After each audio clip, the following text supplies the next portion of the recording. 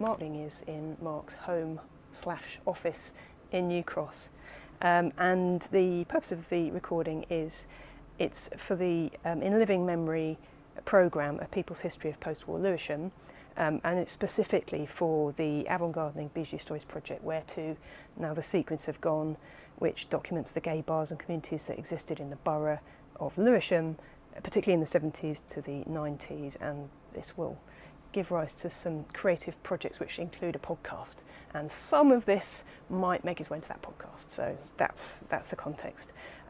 So before we sort of start the interview, could you just introduce yourself? Say, I'm Marc Healey. We just need that. So my name is Marc Healey. I'm 52 years old. I've lived in this current place since 2007, but I moved to London in 1993. I've been out since I was 17 years old, and so that's over 35 years of LGBT activism, and I've done over 31 years of police community LGBT engagement, working with various officers to try and improve things for the LGBT community. Fabulous. Okay, well, Paul, do you want to start with the questions? Yeah. I think it'd be great just to start with the organisation you set up in, following on from the nail bomb attacks, which were targeting the wide diversity of London. And because I mentioned to you before previously, I was a friend of Cinder's. Yeah. So, I used to, ironically enough, my partner worked really near Brick Lane. I worked in Brixton at the time and used to go to the Admiral Duncan. So all three of the attacks sort of hurt me. It's like there's things that caused concern. So I'm really interested in how you set up the organisation, because I know it's very much a response to the nail bomb attacks. And so if you can just explain more about why you started it, how you started it, what you've done since you began it, and just freestyle your thoughts on all of that. That'd be brilliant. Okay, I'll start by setting the scene in the sense of taking a step back. So when I first tried to come out, I made the wrong connections and I ended up getting abused by a really old man in London, and that put me off for a year, and I was in the closet for another year. And then I came out through the NUS student movement, and it's through their NUS LGBT campaign that I actually learnt the skills of community engagement and the importance of lesbian and gay rights, human rights, and got involved in the activism side of things. I lived in Reading at the time, so I set up the first lesbian and gay centre, the London Road base. I set up an awareness disco during the times of Section 28, when it was illegal for the council to promote LGBT issues, but I was running a lesbian and gay awareness disco, and it was called that purposely because they were listing it in the council brochures, so it was technically breaking the law, but it was great, and we got away with that for 9 years. I ran a drop-in group in the back of Reading International Support Centre, which was, before the days of safeguarding, was just bringing a local group of young people together, and we used to watch videos, read books, and go on London away days to London, and all sorts of activities. So it was really sort of building the sort of community. The centre closed down in 1992, and I moved to London to go to the University of North London to study policy studies, and I wanted to learn how to run community centres. It's also worth saying that back in 1990 and 91, I'd met Ashley Wills, who was one of the 4 founding figures in the Lesbian and Gay Police Association, and then Paul Carhill was one of my early boyfriends, and he became the chair of what became the Gay Police Association. So that had a direct link between me and the work that they were doing. I remember going to Hendon Police College and playing the gay the victim role with some of the police officers to sort of teach them about homophobia and things like that.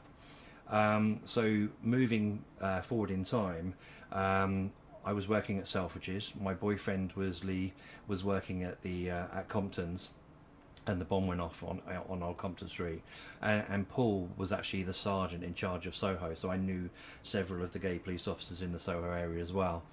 Now, because I grew up in the pub trade and Lee was working in Compton's, I always used to drink at the Admiral Duncan, and I'd get drunk, meet him at the end of work, and we'd go home together. We had a really lovely relationship.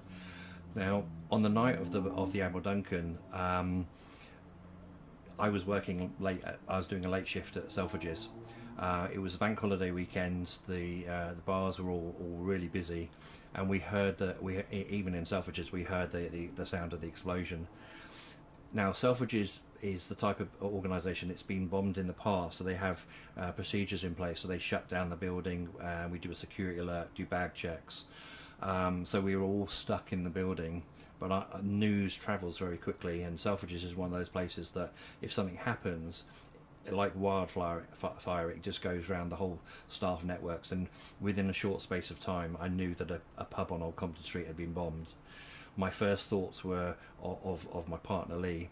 My manager at the time sort of said, well, we'll try and get you out as quickly as we can, but we have to wait until we've done the security checks. I got out, managed to get in contact with Lee. He was fine. He was a bit shaken up. He'd just been at McDonald's around the corner, walked into Old Compton Street, half eating biting into a burger when the bomb went up. He was fine. I then got in contact with Paul and arranged to meet Paul in Soho. So I'm travelling from Selfridges to Soho, meet him. Now obviously there's all the chaos of everything that's happening, and as soon as I got close to the site, I met Paul. By that time there was a police van on Dean Street at the side entrance of St Anne's Church, and that was used as a control room for the operations. And I just realised sort of straight away that actually it was all too busy and I just needed to get out of the way, so I went straight home.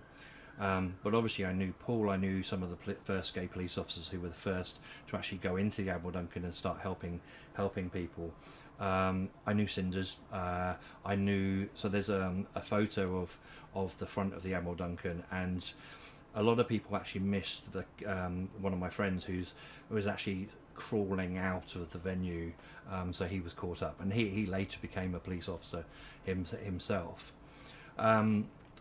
After the nail bomb attack, I took some time off Selfridges and I volunteered on the police van for a couple of weeks, just giving out teas and coffees and informally chatting to people whilst they were waiting to speak to and it was the gay police officers again who provided the service in this sort of police information van, and I was just hanging around, not formally but just informally, just chatting to people and working with them in a sense. After that, I think it was just after 2000, Lord Ally, who was the first gay Muslim in the House of Lords, was involved with Paul, with I think it was Richard Stone, who was involved in the Stephen Lawrence inquiry, in setting up a meeting at the Limelight nightclub which is I'm trying to think of the location. It's off Shaftesbury Avenue. It was a very famous venue in the sense that it was on Sundays it was just packed out, and it was a good fun place to be. But they organised a public meeting where they were setting up a Westminster LGBT Forum, and that's when the Westminster Forum was formed. And because I knew people, I thought I might as well step forward and got nominated and got selected as one of the 12 people involved in that forum. So the forum met for probably I was actually elected as chair and chaired for about 3.5, maybe 4 years, and then I dropped out. And I think at that time I sort of burnt out of my of doing the gay activism in London that I was doing. Was doing my own stuff for a few years, and then coming up to the 10th anniversary, I read an article which basically said the anniversaries cause pain and suffering. There's not the support for the people involved, so therefore we've decided that after the 10th anniversary there'll be no more gatherings in Soho, and we'll play the anniversaries down.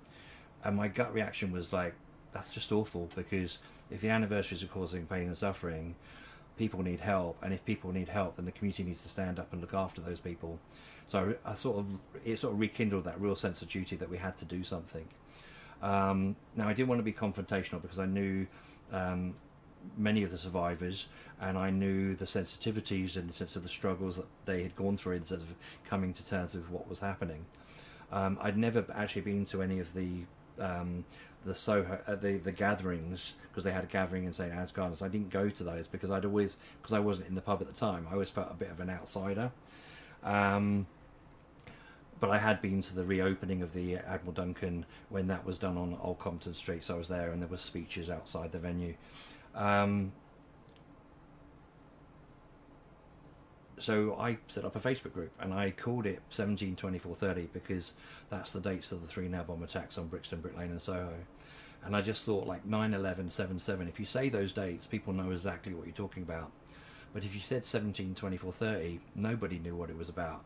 Most people would think about the gay bomb or maybe the black bomb or the Asian bomb, but weren't associating the three together. And I just thought it was really important to do something that actually brought all three communities together. So I set the Facebook group up, and I was just going to provide a space where people could stay in contact, share photos. I thought I could go down to the gardens and take photos of the, the flowers blooming in spring. So as it was coming into April, there'd be a pleasant reminder of the places where the anniversaries used to take place, and that opportunity just to sort of connect and stay connected. And to my surprise, 2,000 people joined that group within the space of a month. And to me, that said, yes, we do care. We want to be involved. We want to stay connected, and we support what you're doing. And so I went to Craig, who was the manager of the Admiral Duncan, and said, "Look, Craig, I know you're ready to step down." And he'd been carrying the anniversaries for quite some time. He was a very close friend of Cinder's, so he had taken it really personally. And I would say he was really struggling with the sense of responsibility of actually keeping something going, but also that need to step away and look after his own mental health and well-being at the same time. He wasn't too trusting of me to begin with, so I had to build that trust up with him. And I basically said, look, if you want to step down, I'm happy to stand up and to keep this going. And I think we've got enough support to do this and do this well. So we started planning for the 11th anniversary, and I had quite a big team of people who were involved and who were interested in being part of that. But at the same time, I was thinking, if we're going to do Soho, we must go to Brixton and Brick Lane. So I spent some time going down to those two locations, checking out the site. I gave out information to all the local shopkeepers and the businesses, just said, look, this is what I'm doing. I also did a window campaign where they could put a sticker up in the window to say the anniversary was happening, and if you needed to report hate crime, there's the police number, the council number. And so I spoke to the local councils, the local police teams, and local people where I could. Brixton and Brick Lane, because nobody died, Brixton, I think it's 39 or 49 people were injured. Brick Lane, there were about 13 people injured, and Soho was about 70 or 80 people. But no one died in the first two bomb attacks, and so they had their first anniversary, and then the anniversaries faded out. Whereas Soho, 3 people were killed, so Nick Moore, John Light, and Andrea Dykes, who was pregnant at the time. And so I think that's why those gatherings continued as long as they did. With Brixton and Brick Lane, we sort of settled into a pattern where we would light 3 candles and we would give out hate crime information to people and just talk about what happened, have a moment's silence.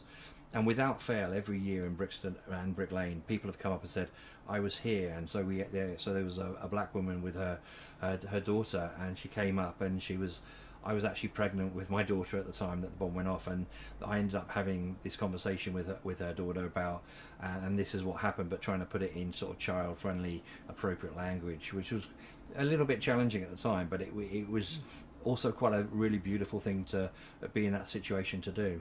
There were 2 gay men who were on Old Compton Street when the Admiral Duncan blew up, and they'd been knocked off their feet, and they were scared, and they ran home.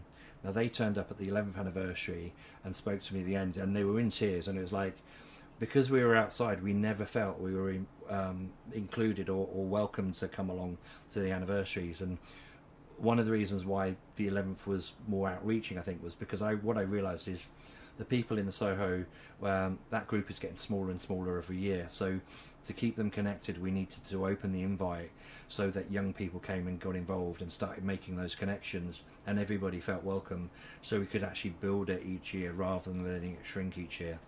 And that's what's happened. So we've kept that. So it's now, this year is the 23rd anniversary, so it's 24th anniversary next April, and we've maintained probably about 100 to 150 people who gather in Soho every year.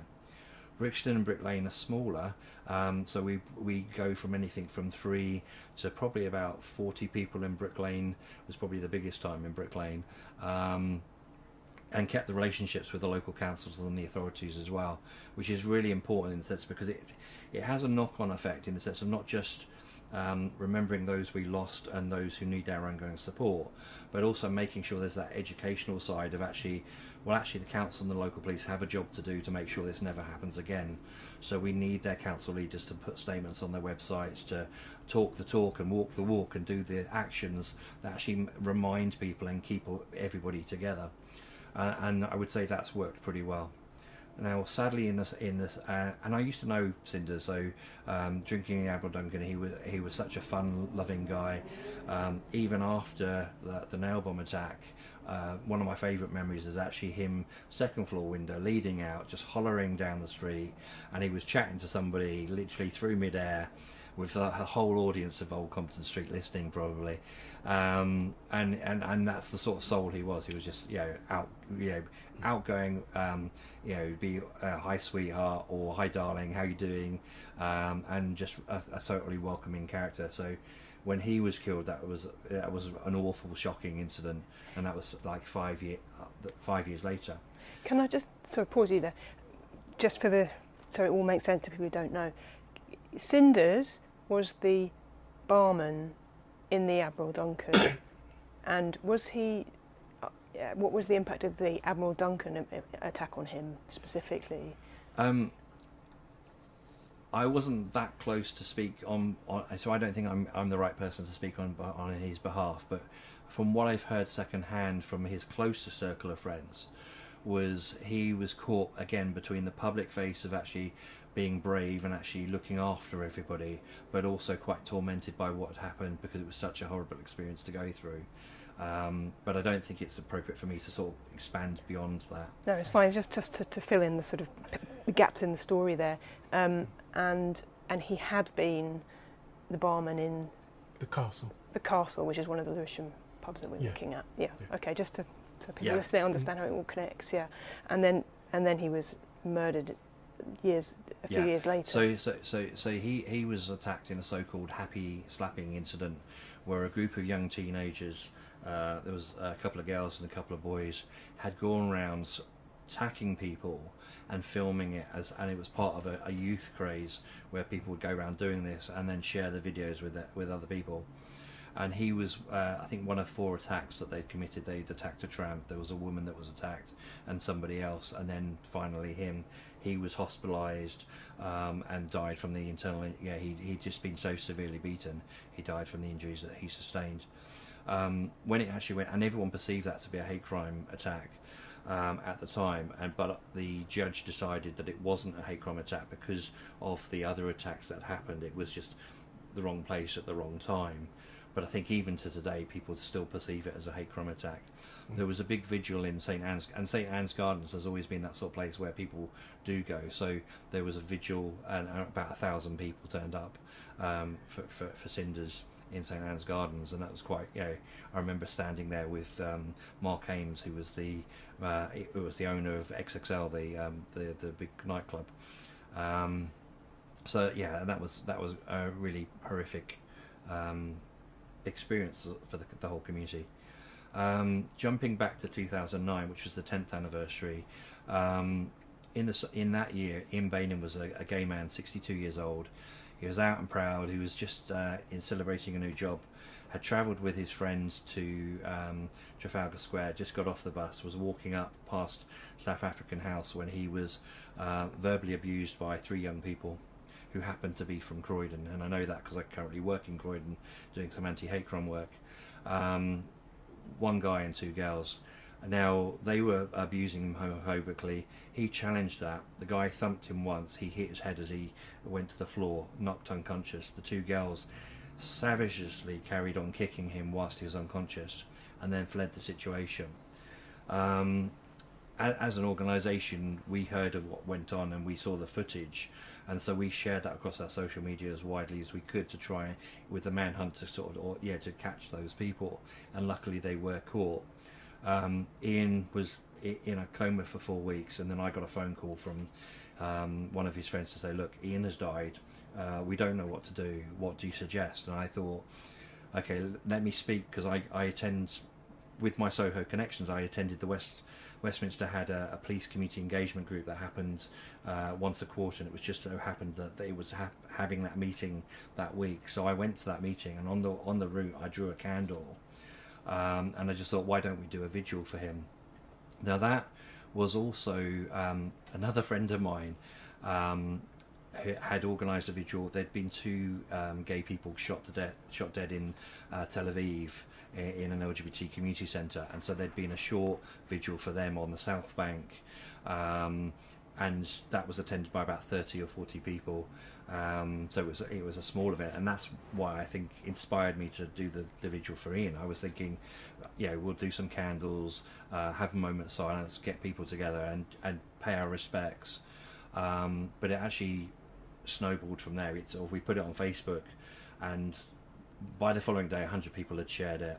Within the next 2 weeks 29,000 people shared it around the world, and when it came to on the 30th of October, when we had the vigil in Trafalgar Square, 10,000 people turned up.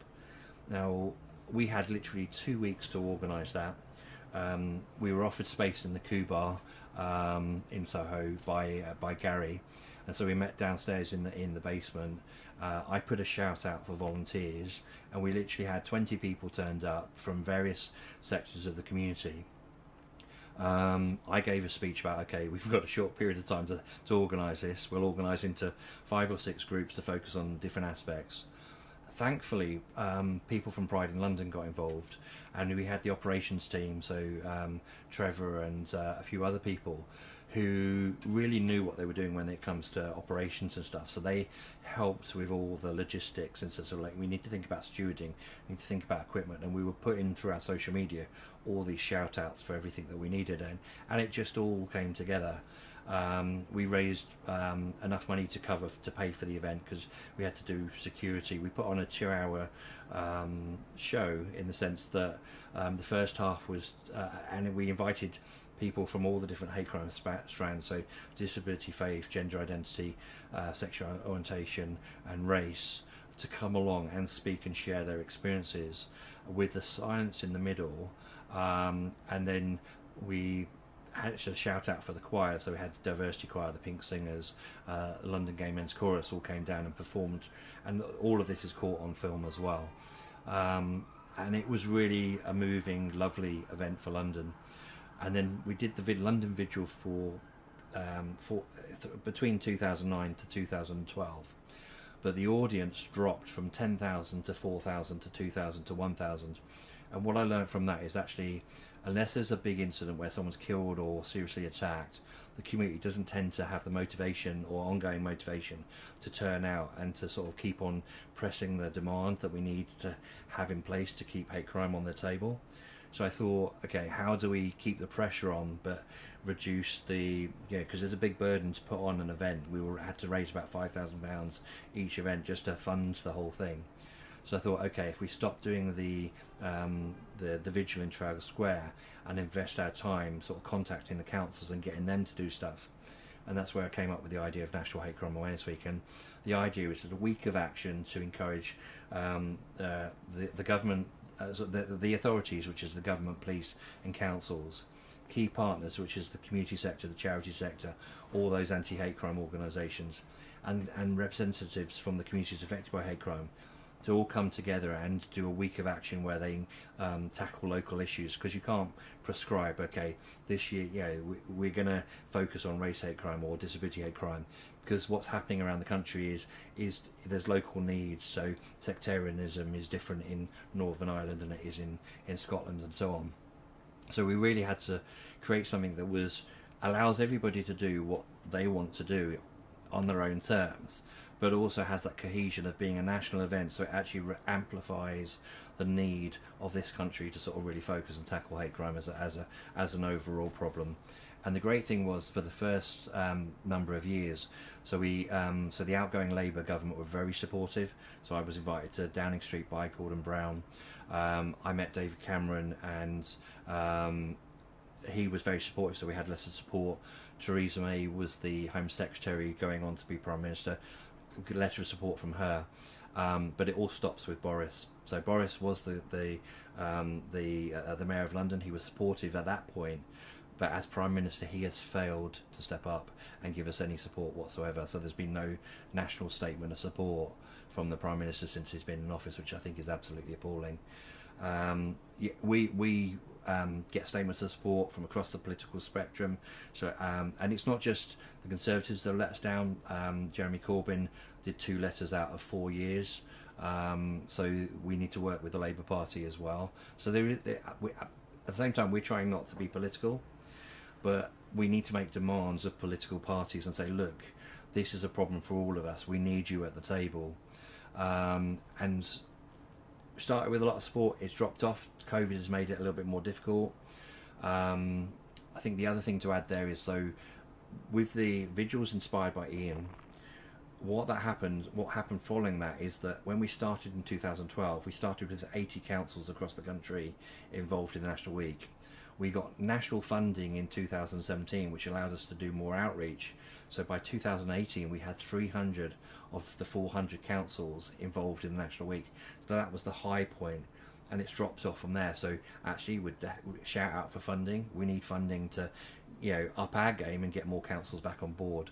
But we also need all the communities to sort of rally and lobby and get those key partners around the table again. I'm currently working on plans for this year. St Paul's really generous. They offered us free of charge to use St Paul's, and we've had a service of hope and remembrance since 2012, where we have diversity choir come and play. They do 3 songs. We have usually 4 speakers, 1 representing the Mayor of London, 1 representing the National Police, 1 representing a community affected by hate crime, and myself on behalf of 172430. And we've created a tradition that we get a victim's family to light a national candle of hope and remembrance for those affected by hate crime. So starting in 2012 with Nick Moore's family, so his mum Peggy and Carolyn came and lit the candle together. The following year we had Ian Bainham come, Jenny Bainham lit the candle for her brother Ian Bainham. Sylvia Lancaster lit it for Sophie Lancaster, who was a goth who was kicked to death for wearing goth clothing. And that was where Greater Manchester Police recognised alternative subcultures as a form of hate crime, but we're still campaigning to get the government to recognise it across the whole of the country. And the Sophie Lancaster Foundation is still fighting in Sophie's name to keep that going. We remembered Mohammed Salim, who was a Muslim who was knifed on the way back from prayer by a person who also did nail bomb attacks against 3 mosques in the Midlands area. There was the Stephen Lawrence. We marked the 25th anniversary of the death of Stephen Lawrence, which actually fell in line with the 40th anniversary of Outer Valley, who was a Bengali Muslim who was attacked in Whitechapel, and which actually his death actually prompted some race work that happened around that time to tackle racism in the West End. So it all ties in with the history of Cable Street and all that sort of stuff. So we have that sort of national focus at St Paul's. We remembered all the disabled people who were listed in the first Hidden in Plain Sight report, which was about disability hate crime. We remembered 20 disabled people who were murdered in a care home in Japan. Now, Japan doesn't recognise disability hate crime at all, and this guy literally took their lives because he felt that disabled people didn't have the right to breathe, that they were a waste of resource. And that's how shocking and horrific hate crime can be at times.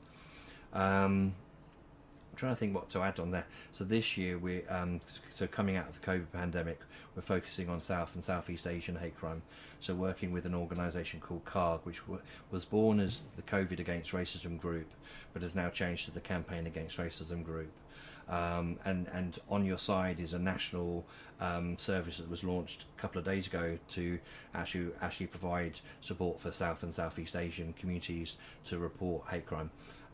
Because they're a very polite community in general, who tend not to report and tend to deal with their own issues in private, and we need to encourage them to step forward and actually get the advice and support that's available for them as well. Wow, you've done a lot. Fantastic. That just sort of touches on it. So in sense of so throughout the year, so we run an annual Hope campaign, and Hope is about sort of H is hate crime awareness, making sure everyone knows what it is and how to deal with it. O is operational responses, so it's actually two parts of that. The first thing is, how are the police? What's their operational response to hate crime? Are they set up to deal with it properly? Are they responding the way that we would expect them to do? But also our own personal responses. So if it happens to you or me, what would we do if we were a victim of hate crime, or if it happened to our friends and family? We need to be prepared, because actually by being prepared, it's like fire prevention. If we're aware of it, we can hopefully prevent it, which takes us on to P, which is P for prevention. So where it's happened before, let's map it, hotspot it, and then put the measures in place, allocate the resources so we can prevent it happening again.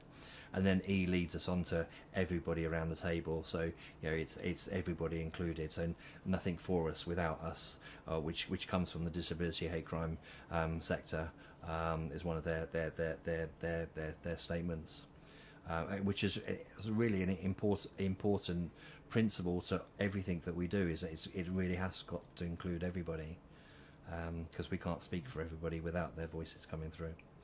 We do. We try and so I've also set up a Rainbow Boroughs project, which is about reaching out to across the LGBT community, so that we have the infrastructure in place across London. So if another Admiral Duncan happens, or an Ian Bainham happens, or Cinders, then we can communicate very quickly and respond to those situations.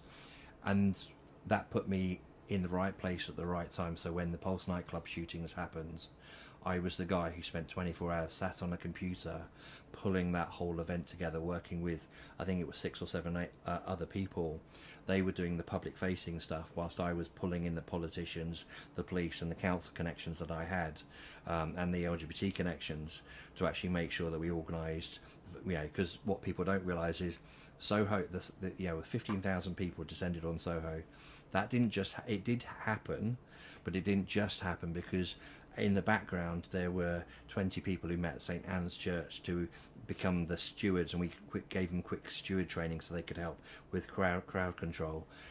We had the resources that we had for the London vigils, the steward jackets and so on, that we gave out to people so they could do that, and we had people with the skills who could pass those skills on. And then I was there managing the politicians, taking them to the Admiral Duncan, and then taking them through the crowd away. So they went to St Anne's Gardens. There's a photo of them, and that brings us back to the 1724-30 and the anniversaries. So we're making sure that they know that there's a triangular bench which represents the 3 communities that are attacked, united against hate. That they know there's the 3 cherry trees that are planted in that garden, representing John, Andrew, and Nick. And so that history is just not forgotten. Ties in with LGBT History Month, all the important LGBT dates. We're working on a community calendar that actually has the dates for not just the LGBT community but other communities as well, so that when those dates are happening, we can put out information that actually helps raise awareness of the different issues involved. Can I interject? Sorry, yeah. Sorry, it's about my attention. The 15,000 people gathering, was that in 1999, or was that when you did the 10 years on? That was in 2016. So can I scroll you back to 2009, just because we're quite interested in, how, sorry, not 2009, 1999, just after the Admiral Duncan nail bomb. And we're quite interested in how the community, how that affected people and how they came together. They're not necessarily the same thing, but would you comment on that? I think there were a couple of public events that brought everybody together in Soho. So there was speeches that were held on Old Compton Street, which I think were organised by Outrage, because you had Peter Tatchell there, you had someone from a Jewish organisation, you had Sue Sanders from Schools Out, and there were a couple of other communities that were represented as well. So there was like a speakers day. Another event that was organised was with all the flowers that were laid outside the Admiral Duncan, they needed to be moved round to Soho Square, and so all the members of the London Gay Men's Chorus volunteered, and they picked up all the flowers and then transported them around. It's about probably 100 people all helping to move the flowers and lay them in not in St Anne's Gardens, in Soho Square. And actually took up a big chunk of Soho Square for all the flowers that were laid. And in terms of how it affected people, I mean, there's this sort of spontaneous people coming with flowers. I mean, I just wondered what your memories were of that, both in terms of people acting and doing things and reflecting inwardly. I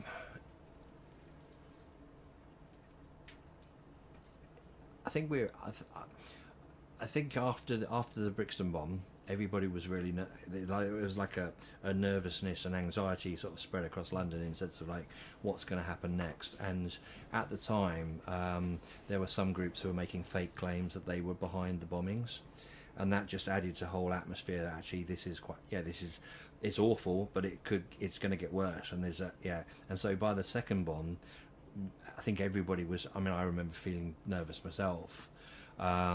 I don't think I expected the LGBT community to be attacked at that point. So it was shocking, but at the same time, I know there was a sense of dread that I felt whilst, because it was horrific. The attacks were horrific. I don't know if you know the background to the 3 attacks. So there's a book called, I think it's Mr. Evil, which tells the story of David Copeland. But he didn't really plan very well. So with Brixton, he arrived 3 or 4 hours before the attack took place, and he'd basically packed a duffel bag with, I think it was 1,500 nails, put crap in or excrement into. So he didn't want to just maim people. He wanted to cause infections and really cause problems for people. Now with that package, he'd planted it at the bus stop outside the Iceland store. Someone saw the package, moved it round to the side of the Iceland store, unpacked the bomb, and stole the bag. So one of the jokes is it could only happen in Brixton that somebody would steal the bag, that contained the bomb. But that was crucial, because that bag was evidence that the police then were able to look on the CCTV, and they trawled the CCTV. And eventually they narrowed in on this white guy wearing a baseball cap with the bag, because he'd been down 4 or 5 hours beforehand, gone up to Brixton Library, gone to the town hall, walked around the shops. So he was caught on CCTV. So as Brick Lane was happening, the news reports about the identity were starting to fall into places as of the manhunt. They hadn't identified who he was yet. The second bomb went off. Now with that, he was planning to target the Asian markets. But what he didn't realise is they're not on the Saturday, they're on the Sunday. So he'd gone down on the wrong day, was carrying this bomb around, and decided, okay, Hanover Place, he's going to dump it behind a van, which he did. Somebody again found the bomb, thought, I'll take this to the police station, picked it up, put it in the boot of the car, drove round the corner to Brick Lane. Opposite there's Weaver Ward Police Station, or hub, which used to be there. As they got out to cross the road to say to the police, I've got a bomb in my car, the bomb exploded, and that hit the Sweet and Spicy restaurant, which is on the corner. So I think about 8 people were injured inside, including family members, and then some people on the street. And again, every year we get people who remember that happening and coming down and talk. Sadly, the family who owned the restaurant have now moved on, but we've worked with each new group of people who've gone into that space. We've said this historically is where this happened, so we've educated them so they know and acknowledge the act of remembrance that we hold each year. Brick Lane was the only site that until the 20th anniversary didn't have a plaque. So that was one of the things we campaigned for, and then Tower Hamlets put the plaque in place for us, so that's really good. The Soho plaque, talking of plaques, the Soho plaque actually went missing one year, and we think because it was a brass plaque that someone nicked it to, but sort of metal theft. Or it could have been a hateful act, we don't know, but we raised the money to replace the plaque. The 3 cherry trees, one of them in the corner doesn't get enough sunlight, so we've tried to, the local councillor at the time pointed this out, and we've sort of tried to get the trees trimmed so that there's more light, and then we had to get the tree replaced at one point with a new tree, but it's still not growing as well as we would hope it to grow. But there's all these, with these sites, it's not just about putting a plaque in place or putting a memorial. Actually, if you put something in place, there's a lifetime of actually looking after that plaque and that memorial. Otherwise, you're not actually paying the lifetime respect to those people that you're remembering. So there is more to just raising money for a bench or a plaque or whatever. Mm. And people don't think about that. And someone said, one day I hope your work's not needed. And I've said to them actually, well, even if we resolve hate crime, there's still a lifetime of victims and their families and their loved ones and their lost ones that we need to stand with for that lifetime. So we're looking at another 80 or 90 years before the memory of hate crime and the awfulness of what it is passes from humankind. So it's like, so the work I do and that everybody needs to do is it needs to be done for years and years ahead. Mm. Yeah. Mm. And sadly, because I was looking at figures, and I was looking through crime figures in Greenwich, and I saw that actually homophobic hate crimes increased in Greenwich a couple of years ago. And so it's still really, we think there have been improvements, but there's still a lot of work to be doing. So with hate crime figures, there's two figures that we would look at. So there's the recorded hate crime figures that the police produce. And then there's the estimated hate crime figures that come out of the England and Wales Crime Survey. It's a survey that's conducted every 2 years of 50,000 households, and from that they get the estimated level. And that level is really quite high, and the recorded police level is quite low at the moment. So there's what the hate crime reporting gap, which is the gap in between. And what we want to do is increase hate crime reporting until it meets the estimated level. And then we can say, actually, job well done, we're actually recording everything that's happening. Now, Stonewall and a number of other organisations, Gallup, have done hate crime studies, and they know that 1 in 5 LGBT people are not reporting hate crime. The figures for trans people are equally as bad. The figures for disabled people are also very low. So we know a lot of hate crime doesn't get reported at all. There's a number of barriers in the sense of it can be quite an emotional, sensitive process to go through in itself. So some people just want to, they experience the hate crime and they just want to forget about it and put it behind them. And the process can be re-traumatising in the sense of, if you think, going to court, giving you a witness statement and so on. But there are organisations who can help soften that and help you through that process. With hate crime, so we're looking at, hate crime has significantly, so if we look back over 9 years, we're talking probably about 30 or 40,000, whereas now it's 120,000 was the figures I've got, and I think that was figures that are produced by the Home Office. So they produce an annual report on hate crime figures. So we 3 times as much hate crime is being reported now than 9 years ago. The other figure to look at is what's called sanction detections. So a sanction detection is when a case is reported, it's investigated by the police, and then it goes through the criminal justice system and has a court outcome. So it's found guilty or not guilty or dismissed in some way, shape or form. Now the sanction detection rate has dropped considerably. So Amnesty did a report where they've looked at it's dropped from 28% 5 years ago to about 14%. So if you think 1 in 10, so 1.5 in 10 people are getting a sanction detection that's marked off at the end of the day. So that's 8.5 people are not even getting through the criminal justice system.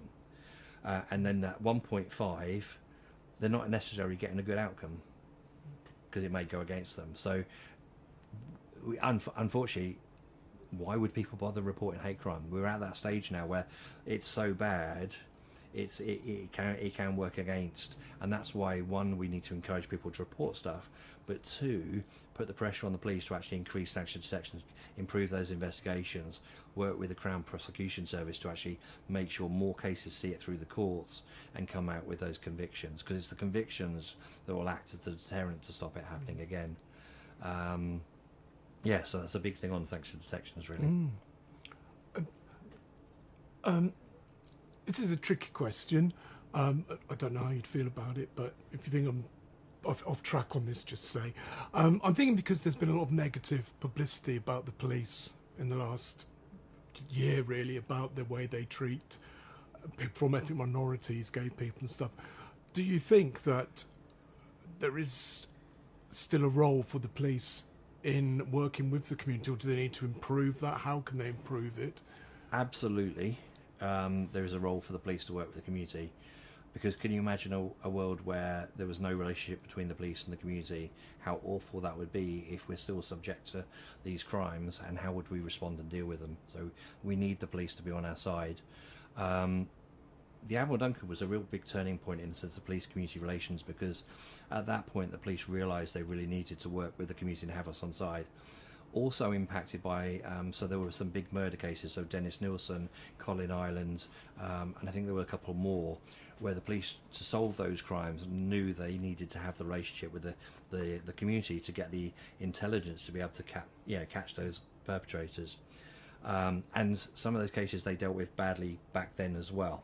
But back then was probably 10 times worse as to what's happened today. But the Stephen Port case is appalling. Now, after the Admiral Duncan, you had the Westminster Forum and other forums set up. But at the same time, the police created a role which was an LGBT liaison officer role. And that was fundamental to improving relations over the last 20-odd years. Now, under Commissioner Dick, the LGBT liaison officer role was done away with. And what's happened, the relationship between the police and the community has got worse. It's been impacted by the Stephen Port case. There is a documentary, and it's well evidenced that the police had massive failings on how that was resolved. And the independent police IPOC have reopened their investigation to look again at how the police handled that, because they had signed it off, but now they've realised new evidence has come to light, so then they need to look at it again. There's a lot of work to be done to improve police relations. We need the LGBT liaison officer roles back in post. It was never perfect before, because they had...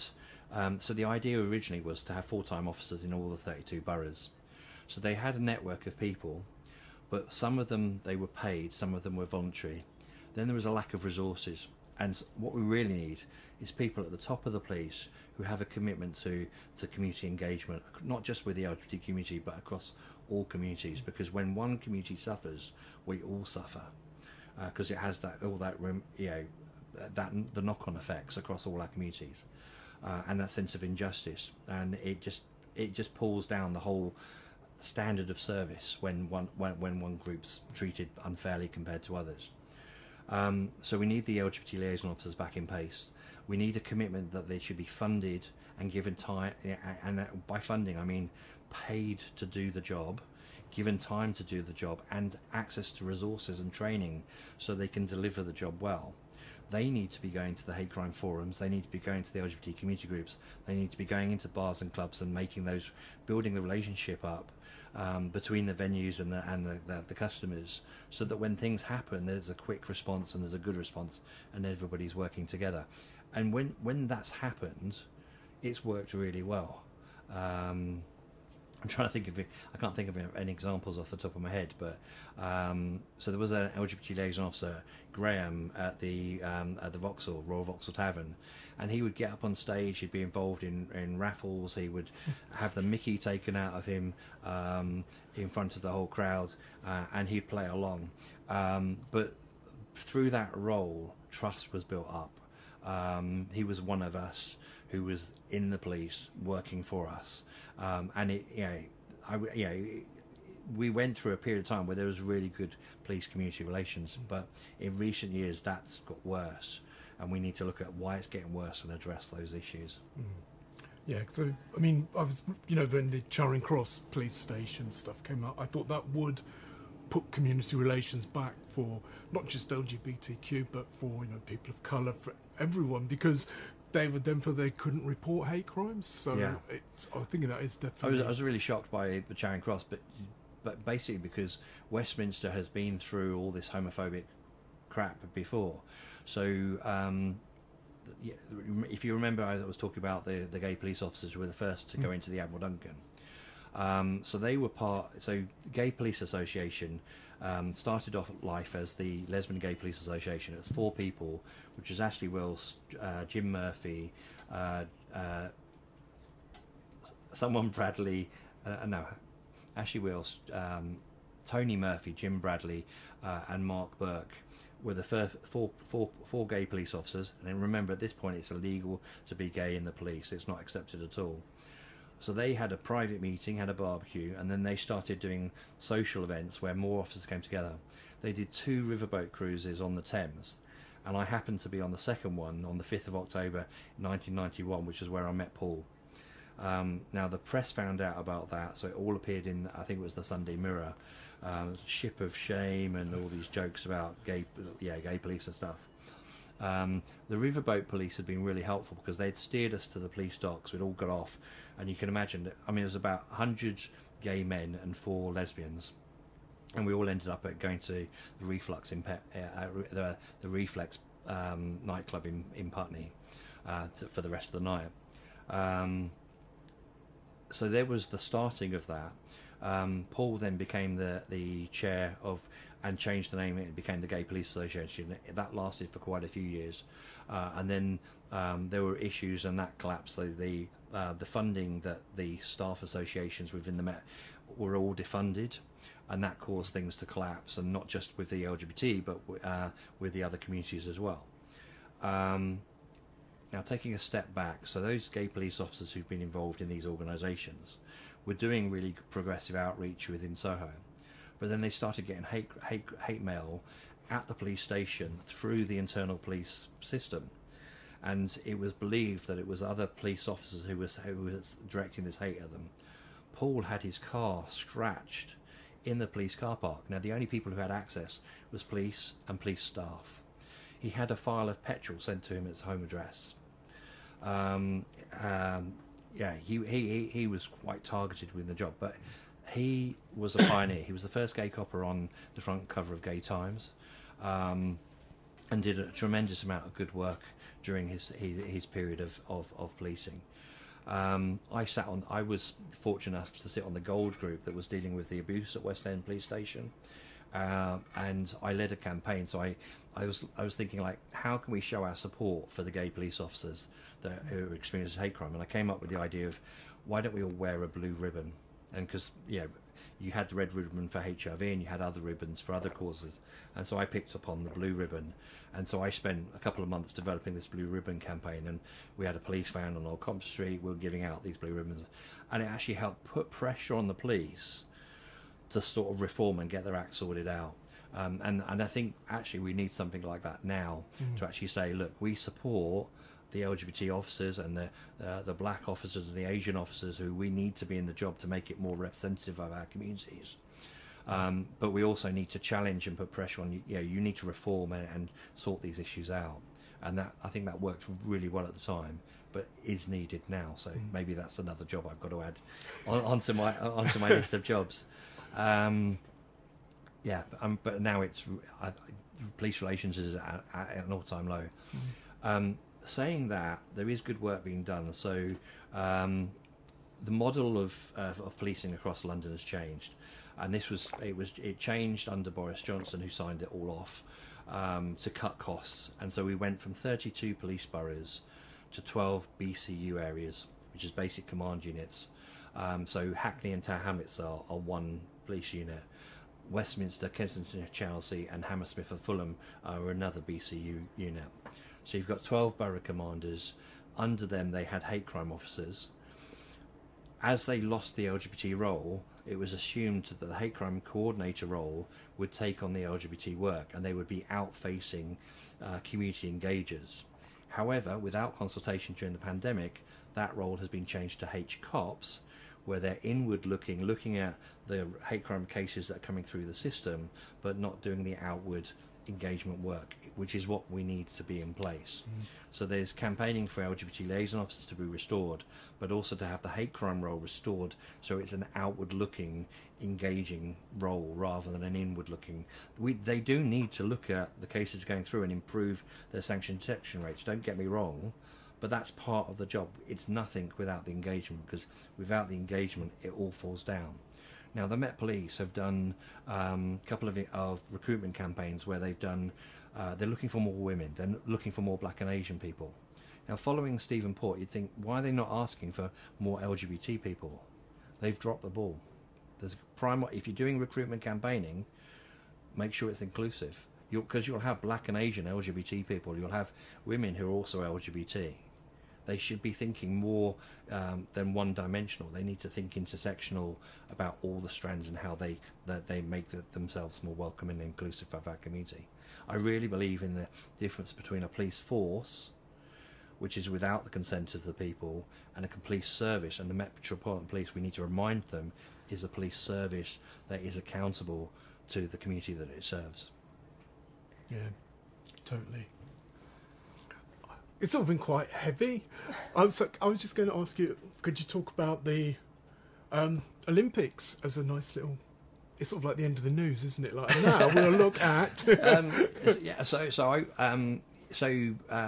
Leading up to the Olympics, there was the torch, the baton relay. And so I got... during the process, I actually got 4 letters from the Olympic torch organisers to say, you've been nominated to carry the Olympic torch on behalf of your charity. And then I started getting the rejection letters and says, sorry, your nomination's been discontinued. So 3 got discontinued. And then the 4th one was like, you've been accepted to carry the Olympic torch. So I was recognised in the sense for my anti-hate crime and LGBT community work to carry the torch. And I carried it on the 23rd of July, which was the day before my mum's 70th birthday. And it's exactly 10 years ago this last month. So it was the day before her 70th birthday. She'd just been diagnosed with breast cancer. So I had the decision in the sense of, do I run with the torch or do I pull out to look after my mum? And I thankfully I chose to run with the torch because actually it was an amazing event for her to uplift her spirits and as well as being good for the charity and for the community. Now I ran on the same day as Doreen Lawrence, as I said. Had to get up really early in the morning, go to I forgot the name of the Lewisham Centre, and I think there were about 22 people in my group who were on the Olympic bus, and then we all took our turns to get off the bus, claim the flame, and then pass the flame on. And the person behind me was a member of the Jewish community, and it was a lesbian in front of me, and so it really felt so. And you had the black and Asian people in the group with Doreen and the young mayor of Lewisham, so it really felt lovely in the sense of as a really inclusive stretch of carrying that Olympic torch. Fantastic day. Now Steve Thompson, who was the owner of 286, which is the gay bar that used to be in Lewisham, said, I'll host an after party for you. So we had this event where, we literally just. So after carrying the Olympic torch, the first thing I did was I met up with Ryan, who was my partner at the time. We went to Blackheath and met up with a couple of other people, had a drink just to sort of chill and relax. And then I said, look, I need to go into Soho because I need to go to the site of the cherry trees and just pay my respects. Because the whole point of, I'm getting emotional now, the whole point of carrying the torch was to remember those people who weren't there because they'd been taken from us because of acts of hatred.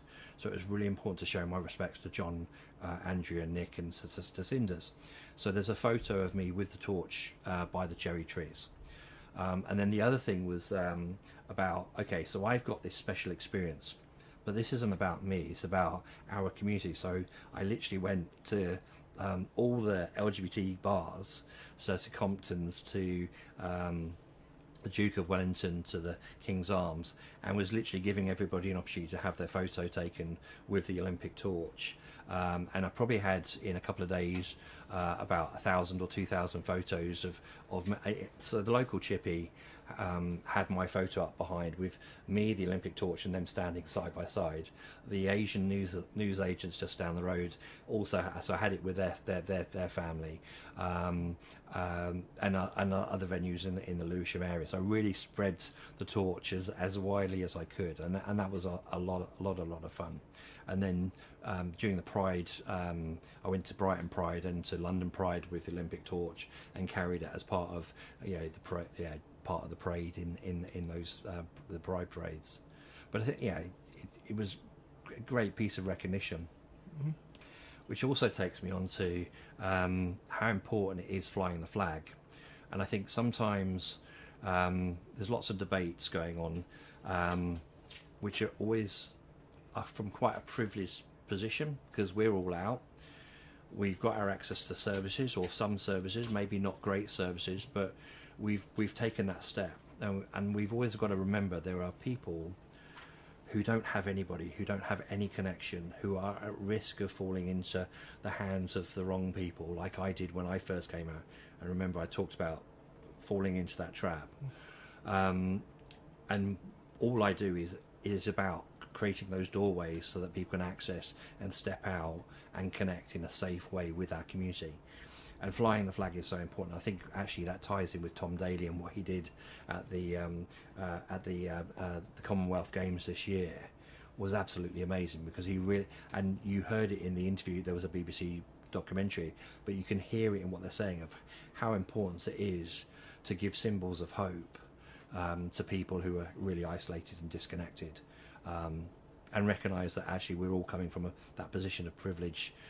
So when we're umming and ahhing about flags and stuff, actually what are we taking away when we ask all these companies to start taking down the rainbow? Yeah, because there's the corporate consumerism side of using the rainbow flag, but actually when HSBC used the rainbow flag in this country and changed their logo, think of all those countries where it's illegal, where they might see the logo changes. It might just be for a month, but that single glance might be enough to say you're not alone.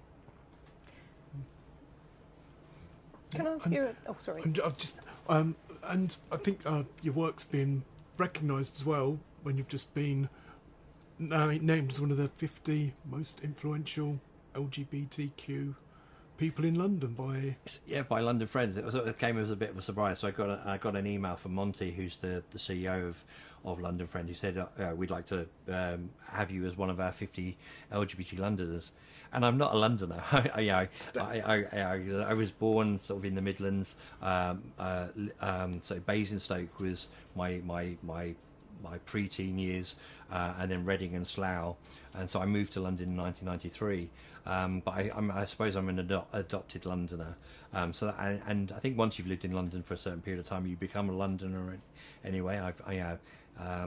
So I certainly feel very privileged to be recognised and there. But London Friends, looking back at the history of that great organisation, so that came out of the campaign for homosexual equality and the work they were doing in the sense of providing helpline and support services, again recognising those isolated individuals who need to connect with our community. Takes us right back to signposting. So a great honour to be recognised, and amongst some really great people as well. There's so many people who need recognition though, because there's not enough of it within our community. And it's quite, I think we need to recognise the struggles of LGBT people, not just contending with everyday life and the rubbish it throws at us, but also if you want to stick your head up and actually try and move things forward, the challenges you have, even from within your own community sometimes, to make a difference and to make things happen. Because you get people saying, so when I was campaigning for the Lesbian Gay Centre in Reading, the first reaction I got was, you'll never do it, it's not achievable. And it took me 3 years, from sort of like 17, 18 to 21, to campaign for it and to make it happen. And it's just, I think I was just bloody minded in the sense of, I've set my sights, it's gonna happen. But we need to find ways of actually, how do we support the bloody-minded people in our community to be able to achieve their dreams and push things forward and make things happen, but also guarding against. So I think there's fundamentalists in every community who actually go beyond pushing the boundaries and actually push a bit too far. So there's a fine tuning of how far do we need to go that's in balance with all the other communities around us, so that actually there's a harmony across all communities. Yeah. Can I ask you a question? Yeah, I've asked my question. No, that's all. We're particularly interested in the local pubs in Lewisham, and I don't think you have much of a relationship with them.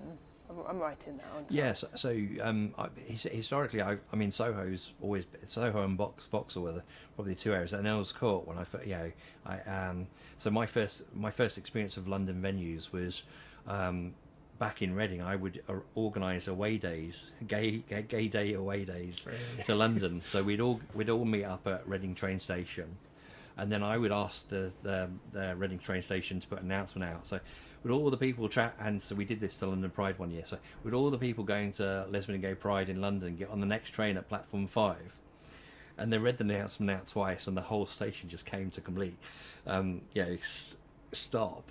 And so I still have this images of this sort of woman and a child, and the woman's putting the hands over the child's sort of ears to stop the child hearing about this lesbian gay pride event there. Because the group I had, we came up to London quite a few times, and we used to go to places like Compton's and Old Compton Street. So when I first started coming to London, it was Compton's Old Compton Street and Brief Encounter, and they were the two places I'd go back and forth between. So this was pre the opening of Rupert's Bar or Rupert Street. So Rupert Street was the first LGBT venue that had clear glass windows, which, shock horror, you could see who was inside the venue, because all the other venues beforehand had frosted or shaded windows. I think even Compton's, you couldn't see into the bar, but you could see out of the bar. And the door on Compton's used to be on the left-hand side, and there used to be a central bar in the middle of the venue. So you had one side which was sort of street hustlers and a little bit more seedy, and then you had the other side which is the tourist and other side of the LGBT community. So it's like chalk and cheese within this venue, and so it was an interesting venue to go to. Compton's itself had been bombed during the war, and so its upper floors were out of action, and so they then refurbished and opened up the upper floors, and that's when they remodelled the downstairs. So that was and it was a real big improvement to that venue in the sense of the space, I guess.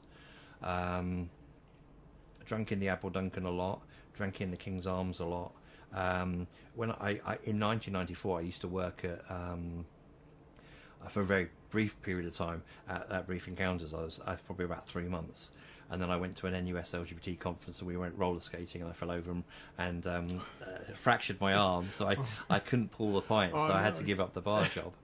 I then worked at 79 CXR, Charing Cross Road, which was a late night bar, and that was a lot of fun. I worked there for quite a few years before moving to XXL, which is probably one of the biggest gay nightclubs apart from Heaven, I would say. So Heaven, I think, is the biggest, which has a capacity of about 2,000 people.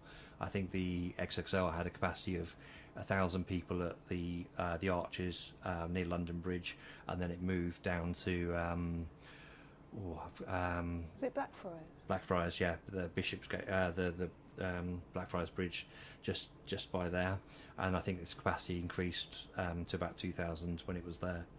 But I worked at the Arches, the London Bridge site for, and at one point I was the longest serving member of staff. I think I did over 6 years. So in a sense, you've always kind of gravitated to central London. Yeah. And we were quite interested, and we were talking to someone last week about this, about the impact of the closure. Obviously, the pubs are closed everywhere, but they've certainly closed in Lewisham, and local pubs have closed. And, you know, you representing the community, how has that impacted your ability to connect with the community and your sense of the community's coherence, I suppose?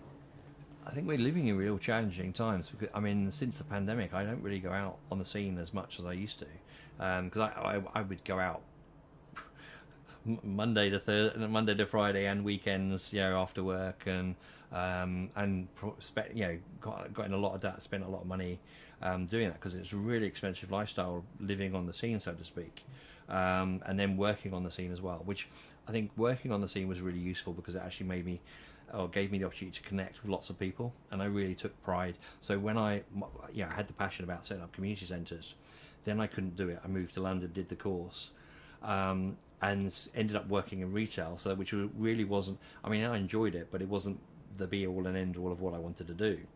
So actually working in gay bars was my sense of community. So whereas you get some which are just commercial enterprise. For me, it was like really greeting people, looking after people. You get people who come with their problems and talk to bar staff. I think there's a real opportunity for a scheme to actually do more training with bar staff, so they're more skilled up to actually provide that, our domestic violence, hate crime, all those issues. The bar staff are perfectly placed to signpost those people to services. That's a golden opportunity. I've thought about it, but I haven't. Again, it's another thing on the list to do. So probably in recent years it was more Royal Vauxhall Tavern that I would go to, and Vauxhall area. But yeah, I've changed since the pandemic, so I'm not as confident as going out as I was. So I still think it's COVID. There's still the risk is out there. I've had COVID now, so I've experienced that. My partner has had it twice. My partner's not out, so my partner is Bengali. He's from the Muslim community, from a very religious family as well, to the point that he'd never celebrated his birthday until we met. And so I'm 52, he's 27, so there's a big age gap between us as well, and lots of cultural differences. So when I mentioned about Greece and Olivia Newton-John, it was like, who's she? So outrageous. His gay card has gone completely. But it's just, but I mean, actually going out with someone from a different culture and background is great, because it's made me rethink about how I engage different people, and the things that I've taken for granted or assumed. Because I think we all assume that, because we all live in this country, we all go to school in this country, that we all experience popular culture in the same way, and so the Muslim community and the white community will side by side will all have the same experiences. Actually, that's not true at all. And how do we create bridges between those communities so that a gay Muslim Bengali will feel comfortable going to some of the venues that we've got on the scene? And that makes sense that with the scene contracting and sort of getting more central London, what's happening to the people in the suburbs, and from your point of view, representing the community, how are you reaching out to them? Is it all social media, or how does that work? So, I mean, over my lifetime, I've established some really good infrastructure of social media. So I probably got about 30 different profiles that I manage. So I've set up an individual Facebook page for each of the 12 BCUs, one for the City of London. I've got the Rainbow Boroughs group. When London Stands with Orlando was happening, I set up that page for that group. I set up an SOS campaign for the LGBT venues to try and connect across the country. Wasn't as successful as I was hoping it to be, because I thought there was a really strong chance to connect them all, but it hasn't played out. And sometimes you have to try something and it will work, sometimes you try it and it will fail, but you just keep on going and keep thinking. I mean, with social networking, I think one of the risks is we've got so many venues, groups and organisations that have closed down, which have existing social media that is still in place. Now, you could look at that romantically. Oh, isn't that nice? That exists, and so it's that time, the history time lock, or the time capsule of what happened. But what of the people who are still connected? How do we connect with them, communicate with them, tell them about new opportunities, but also those isolated people who we need to connect? How do we make sure that they connect with the live, ongoing, outward-looking, connecting sort of services that exist? So there needs to be some sort of mechanism for saying, okay, if you've shut down your social media profile and no longer want to manage it, can you pass that to Bishopsgate or to us or to other organisations, so we can absorb that membership and that history, keep what needs to be kept, but also make sure that the dead ends where people get stuck are removed. So that's a really good idea. Yeah. I like that. Because I mean, I know with websites, when you stop paying for them, they tend to get taken down, and historically some websites have been preserved and kept for the future, and they were a great resource when they were available. But again, it's having the foresight to think, okay, we need to capture this. Yeah, yeah. But also keep the links alive and the signposts, isn't it? Yeah. Yeah. Well, I think, yeah. that's a life of service. Yeah, yeah. Yeah, I think that's all my questions. Thank you so much. Yeah. You're welcome. So. Yeah, No, it's fantastic. yeah, really great. Whew, it's hot. Okay, well, we're ending the interview now. Yeah? Yeah, Okay, Really, right thank then. you. I'll press stop. So one thing we didn't touch upon is the sense of how Lewisham has been really central to, because I live in Lewisham, all this work has been based in Lewisham. So it's literally in my flat. I've got a big kitchen table. I've got 6 laptops, and people volunteers come round. We sit around the table. We look at what needs to be done, and then we work on projects together. And that can be, I've taken some photos over the years. It's quite beautiful. Instead of as I'm working, to take a photo over my shoulder of these other people all working on stuff. And things we've done is things like a National Freedom of Information piece of research. So we contacted every council and every police service and said, look, what are you doing about hate crime? Is it in your community safety plan? Do you have a bespoke plan? Who's your hate crime lead? Can we have their contact details? How much money are you putting towards tackling hate crime? Are you taking part in National Hate Crime Awareness Week? Did you take part last year or in previous years? Do you have access to resources? So sort of 10 basic questions. So, and we did that. So we did London councils in 2016. Did the wider UK councils in 2017. We then repeated the process in 2019, but included all the UK police services. So we can look at what's the difference between 2017 to 2019, sort of pre-pandemic, and we're just in the middle of one now for 2022. So we can look, okay, what's the difference between before the pandemic and after the pandemic? Because one of the real risks is that with the attention on COVID, people have cut services elsewhere, and with all the cuts that are coming through and the Great Depression that's coming our way, and it sadly looks like it's going to be a real bad time for a lot of people. What's been cut, and what often gets cut, and what's been cut over the last 10 years is that where you had bespoke hate crime officers who really had expertise, they've been merged into antisocial behaviour teams or community safety teams, so that specialism is diluted, and not only does that person have to deal with hate crime, they're dealing with antisocial behaviour, they're dealing with violence against women and girls, they're dealing with other strands as well. So the volume of work that's focused on tackling hate crime in our communities has gone down, and that expertise lost. And that's something that we need to fight back at some point and say, actually, it's a growing problem. Yeah. Is there something about Lewisham? I mean, you've got this big hub in Lewisham. Does it feel like a good place to be operating from as a borough? Yeah, so Lewisham's really good connections in the sense of, you think from... So I live in New Cross Gate, so I can jump on the 36 or the 436 and get to Vauxhall within half an hour.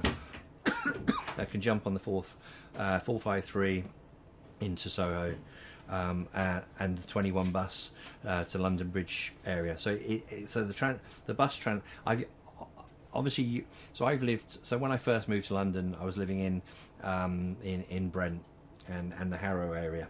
Then I moved to Holloway Road and that part of London. So when an NUS was there, and for me that was great to be near NUS at that time of being involved in NUS. I got elected onto the national committee, so I was actually representative responsible for London for a year, networking all the schools, all the colleges and FE and higher education colleges. I then moved East London, so was living in Leighton and then Romford, and then I split up with a partner, and a friend of mine who happens to be an estate agent had a self-contained sort of bedsit in Brockley. So Brockley was the first place I really got to.